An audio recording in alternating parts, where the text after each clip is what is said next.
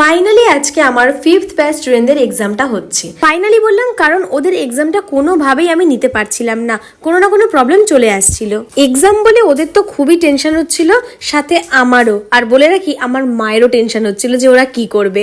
তো যাই হোক, আমি কিন্তু রেডি হতে শুরু করে দিয়েছি। কদিন এত পরিমাণ গরম পড়েছিল, আমি তো ভাবছিলাম কিভাবে আমি এক্সামের দিন রেডি হয়ে যাব।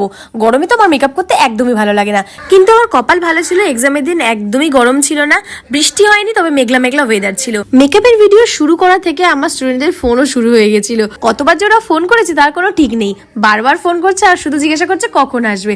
ওদের ফোন করাটা খুব স্বাভাবিক, কিন্তু আমি চেয়েছিলাম আমি না থাকাকালীন ওরা কিভাবে কাজ করে সেটা আমি দেখবো।